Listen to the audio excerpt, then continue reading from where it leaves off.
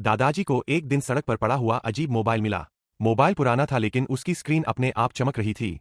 दादाजी ने जैसे ही उसे हाथ में उठाया, मोबाइल अपने आप चालू हो गया। स्क्रीन पर लिखा आया, जो लिखोगे वही सच होगा। दादाजी घबरा गए। उन्होंने डरते डरते मोबाइल में लिखा, काश गांव के सूखे खेतों में बारिश हो जाए। अगले ही पल पूरे आसमान में काले बादल छा गए। तेज बारिश शुरू हो गई। सूखे खेत पानी से भर गए और कुछ ही देर में पूरे खेत हरी फसलों से लहराने लगे। दादाजी हैरान रह गए। फिर उन्होंने लिखा, काश गरीबों के कच्चे घर पक्के हो जाए। अगले ही पल पूरे गांव के मिट्टी के घर बड़े सुंदर पक्के मकानों में बदल गए। लोगों के फटे पुराने कपड़े नए कपड़ों में बदल गए। पूरा गांव खुशियों से भर गया। धीरे धीरे दादाजी उस मोबाइल से लोगों की मदद करने लगे। किसी की बंद दुकान फिर से चल पड़ती, किसी के घर पैसे पहुंच जाते, किसी की गरीबी खत्म हो जाती। लोग कहने लगे, दादाजी के पास जादुई मोबाइल है।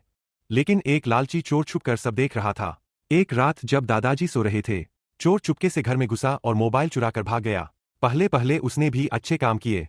उसने लिखा, मेरे पास बहुत सारे पैसे आ जाए। अगले ही पल उसके सामने पैसों के ढेर लग गए। फिर उसने लिखा, मेरा छोटा घर बड़ा महल बन जाए, और कुछ ही सेकंड में उसका घर चमचमाते महल में बदल गया। अब चोर का लालच बढ़ने लगा।